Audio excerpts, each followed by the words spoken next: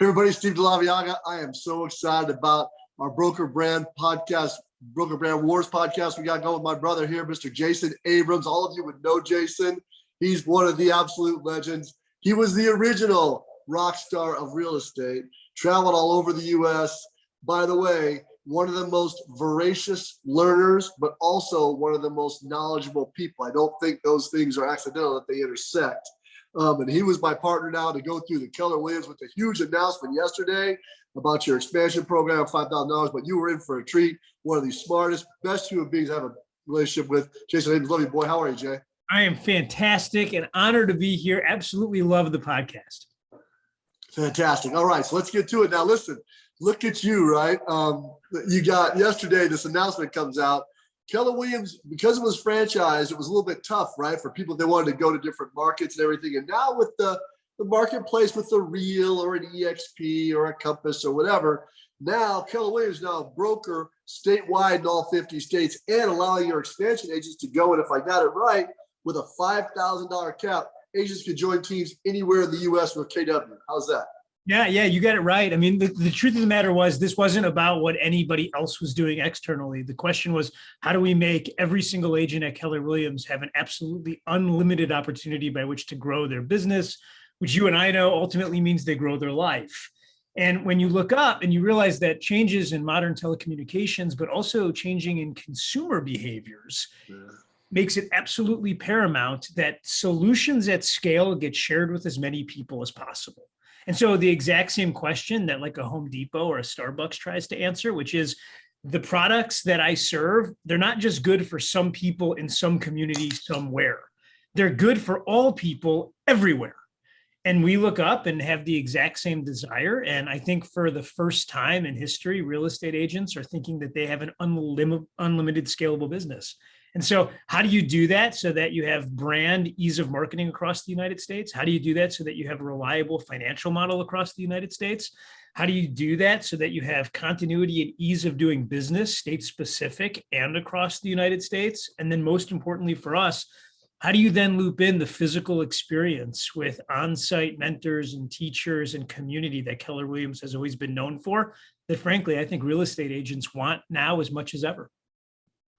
So well said, as always. And I think, when you look at, okay, let's take this, right? Keller Williams, for you, you've been there. Your email is jason@kw.com. So you've been there since the inception, basically, my brother. So tell me why. I know why it was right the first time you went and why it's right now. Give me the journey of why it's right in your journey. Yeah, I think it's right for us now because we've always been the place where people go to have an unlimited entrepreneurial experience. There are other brokerage houses that look up and say, well, the tighter the model that we have, the more opportunity there is for consumers to have a reliable expectation. And we tend to think about that slightly differently, which is the best and top producing real estate agents in the world choose to affiliate with us. And this is what happens, that we end up having every single model under one umbrella.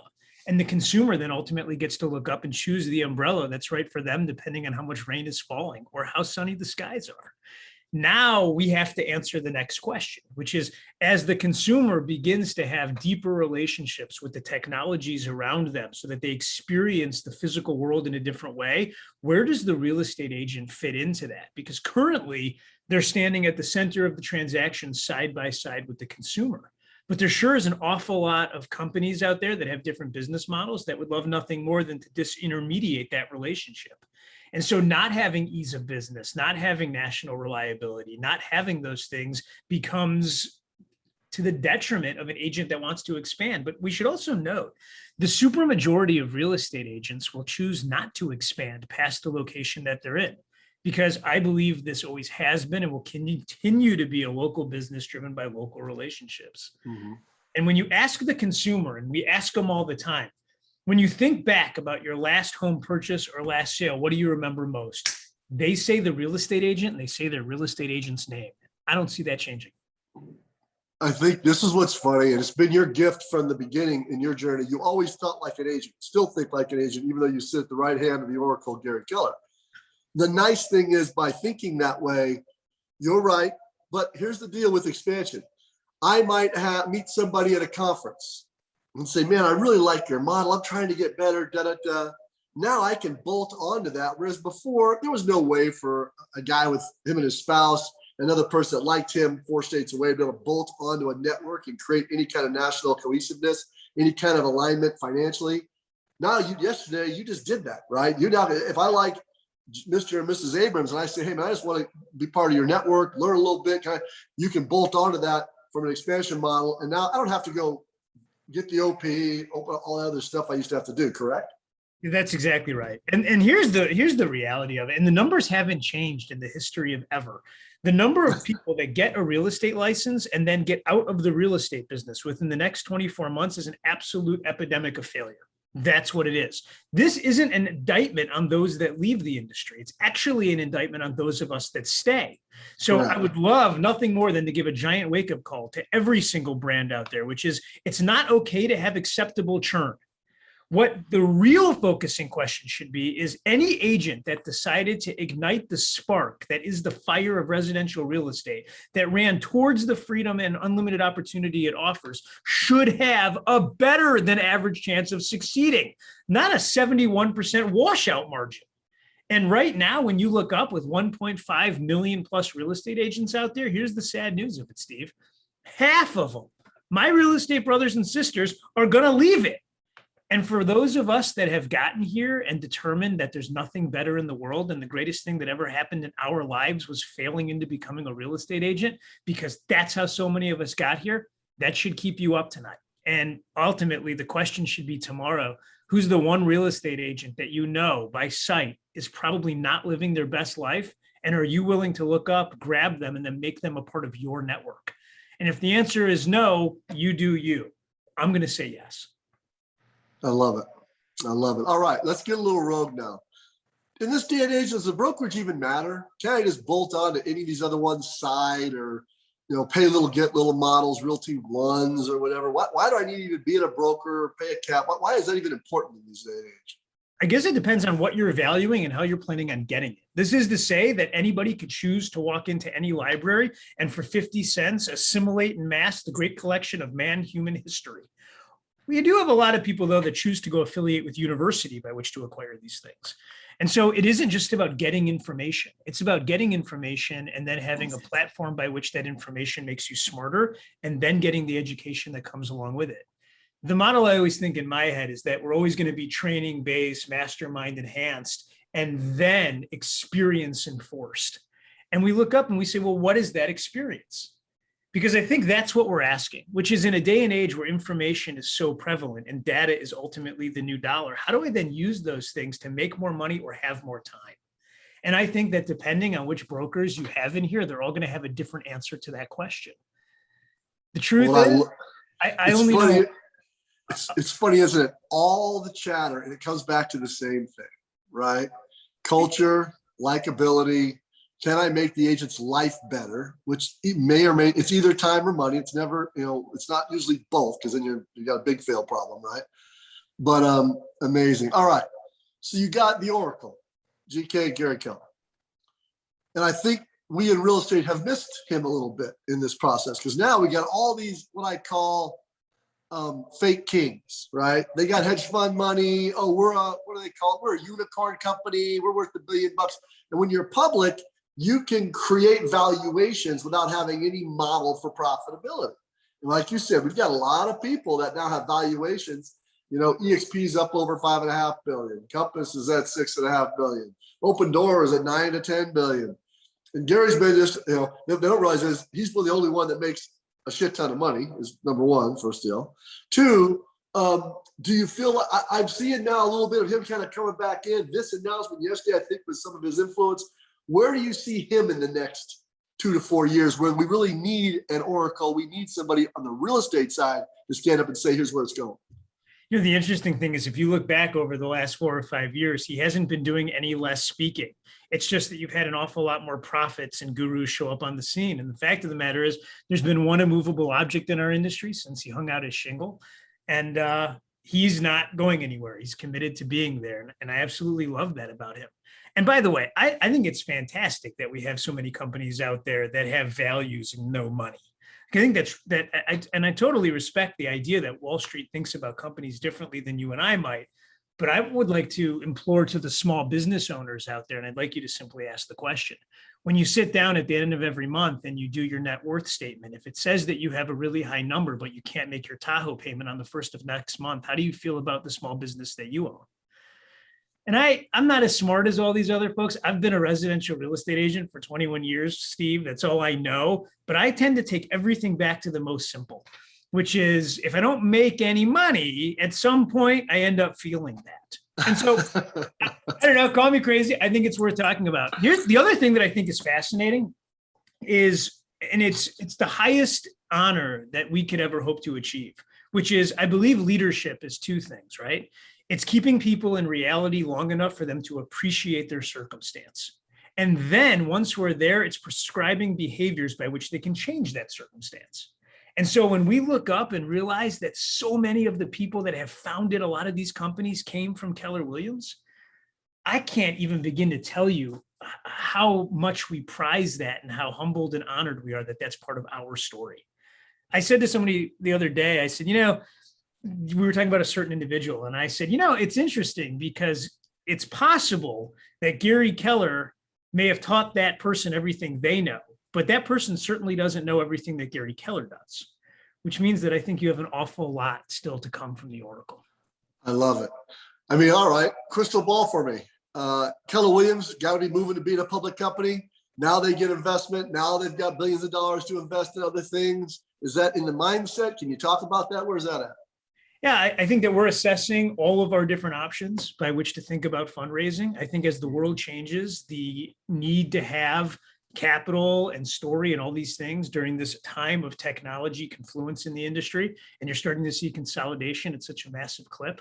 I think we're really comfortable with where we are as a business today.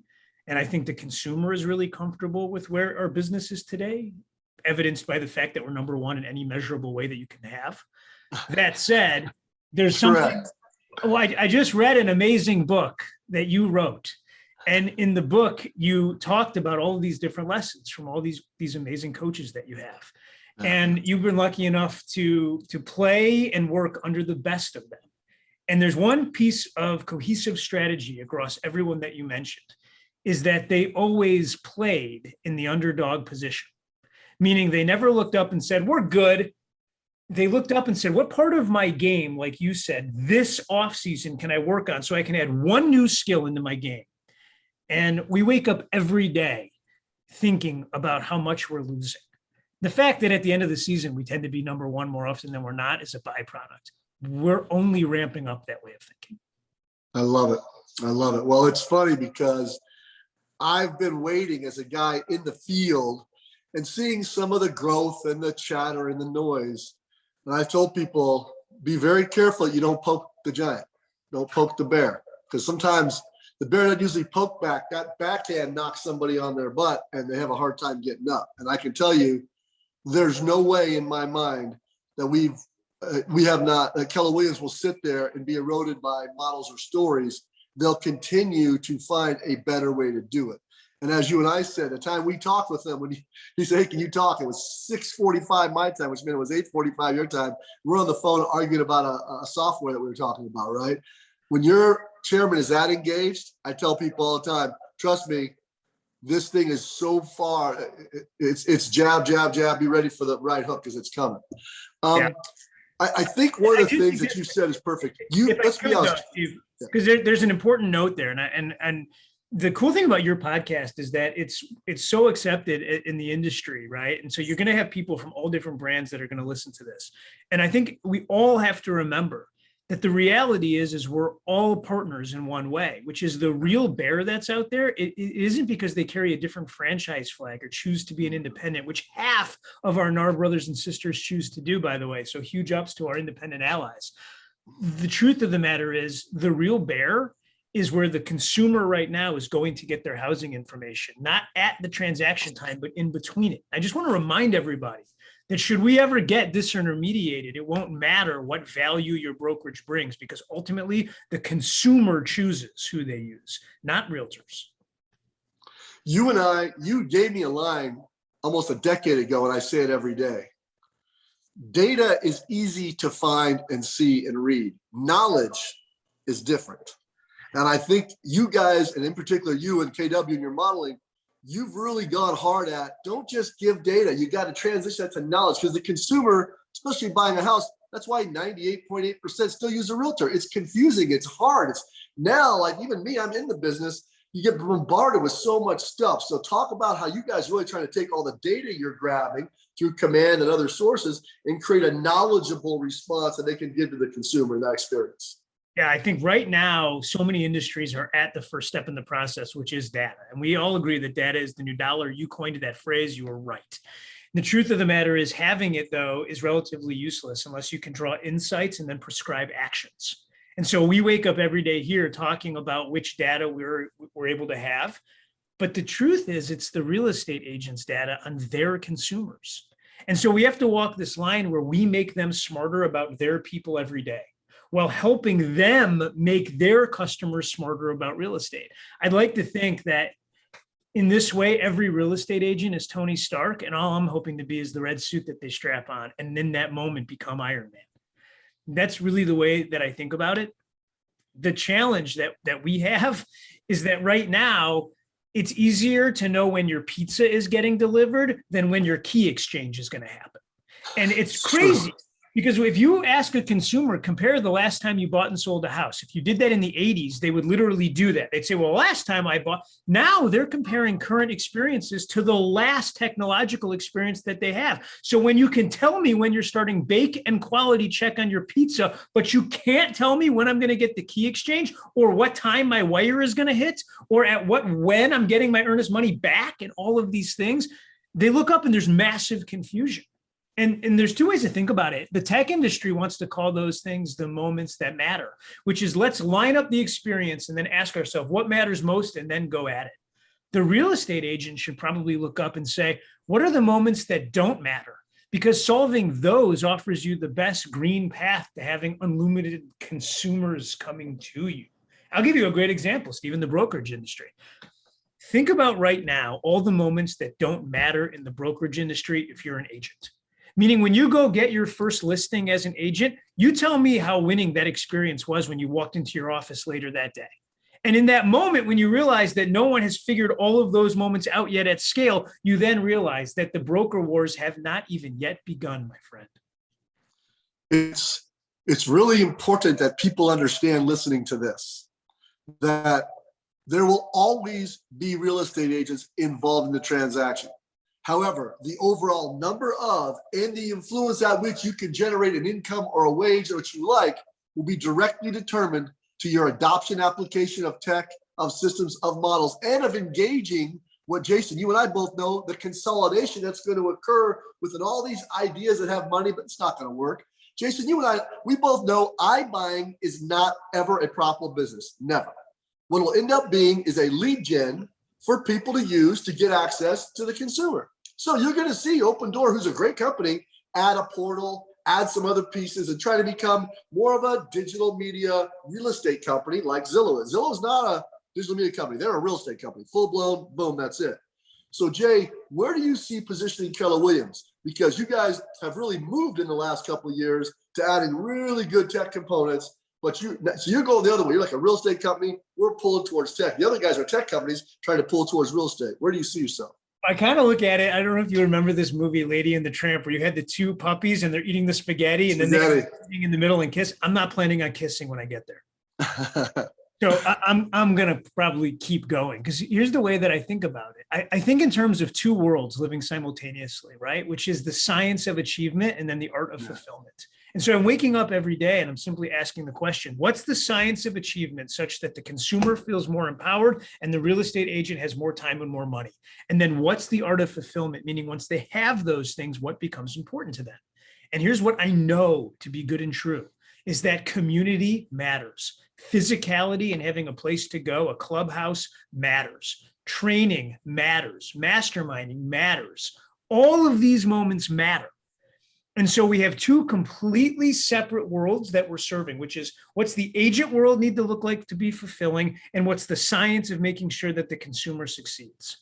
And I got to tell you, the industry as a whole has been relatively mute on both of these topics for a long time.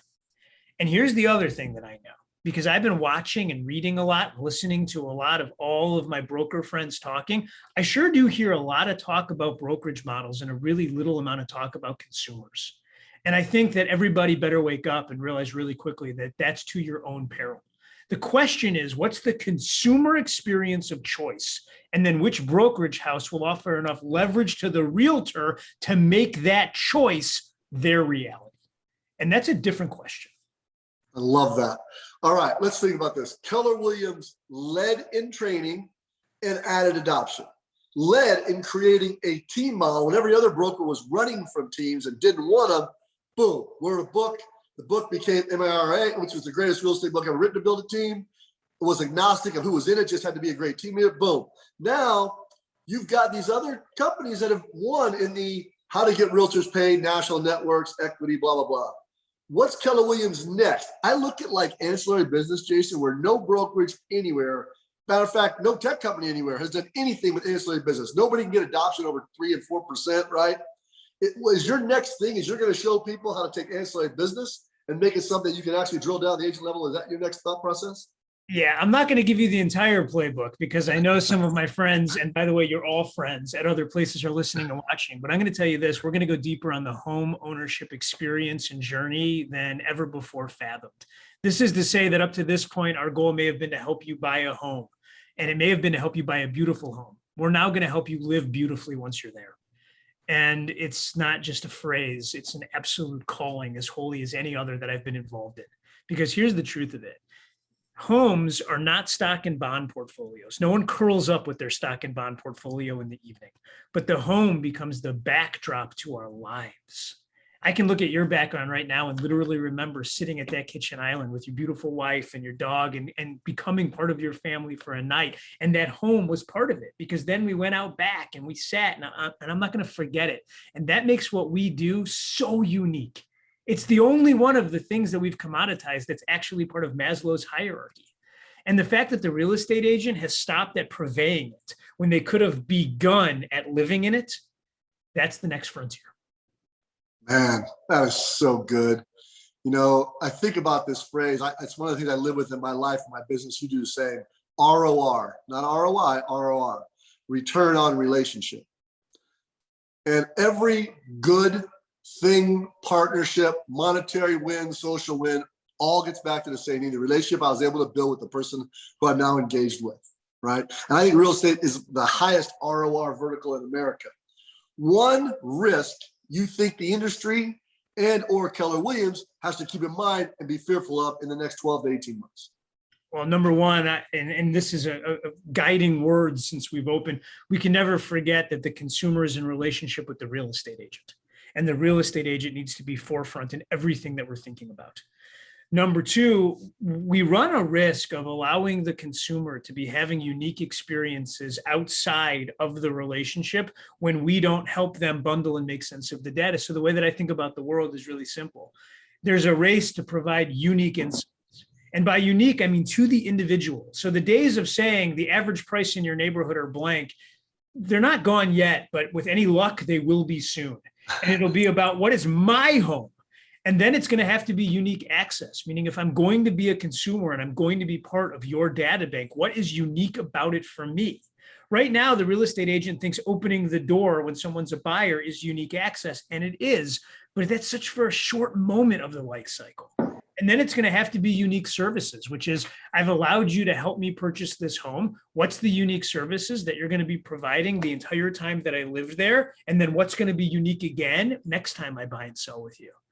And if you think about every tech product on the world that you like, and I don't care whether that's Netflix or it's Amazon, you name it, you think about it tonight when you're laying there. Even if it's that Fitbit that you have, like the Zestimate of home fitness, that's never right, that thing. I just want you to know, unique insight, unique access, and unique service. In my brain, that's the equation that I came up with is the connectivity amongst everything that I use technologically. And to think that real estate's going to be different, I think is foolhardy at best. Brilliant, as always. Have you ever seen it move this fast? I've never seen it move this fast to something that's going to be different. And I know it would be consolidated. I know a lot of it won't make it, but the consumer days, like you said, they want a car, they want a pizza, they want a delivery, and they want their house to be easier and better than it is to deal with today. I've never seen it move this fast. One tactic that you're employing into your network for your agents to do that helps them be better, different, et cetera, in this marketplace today. Yeah, I think the hyper local real estate information on a neighborhood level. I think everybody that wants to underestimate the power of neighborhoods need to nothing more than look up and realize that next door is coming to SPAC with a $4.6 billion valuation on the low side of things, probably getting to 6. And you look up and you say, well, why is that? And anybody who didn't read MREA, let me just remind you, real estate is a local business driven by local relationships. The day that people start describing where they live, starting with state instead of neighborhood, I don't know about that. Not when it comes to houses. Love it. I love it. All right. Conscious of your time, man.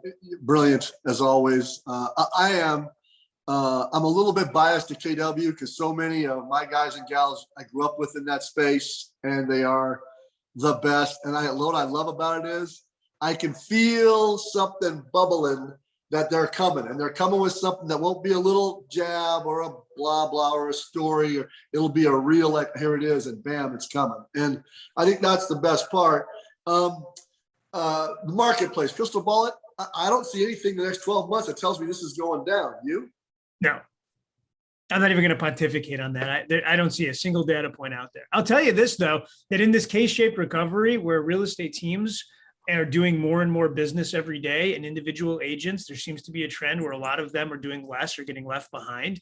I don't want to misstate the fact that we're in the greatest real estate time in the history of ever. But if you're out there and that's not what your experience is, then I would urge you to tune out all the media, all the noise, and ask yourself the question, who do you need to show up tomorrow such that you get to partake in this amazing boom? Because some of us are, and there's plenty of room for you too. This is one of those things where there's not a zero-sum game. My son, your son, tells us at 21, I want to get into real estate. You and I would make him join a team, tell him it's a 2-year degree. You shut up, do whatever they say. You're going to make very little money, tough shit. You'll learn the business. You and I have been in this business 20 plus years. We would never let them go on their own and sell their mom and dad and cousin's house for 2 years. They're going to learn it. Why do people still want to try to do 4 to 6 deals a year, thinking it's going to grow and be if it doesn't work that way? I don't know. My guess is because HGTV doesn't have a show called The Teamerage. But you heard it here first. That shit's coming. If I could, Steve, because I know we're wrapping up, I just want to give one more shout out to all of the brothers and sisters at all the different companies, because every single brand that's out there has absolute magic and brilliance about it. And if you're a real estate agent that's listening to this and you're trying to look up, I would urge you not to ask the question, which is the best brand.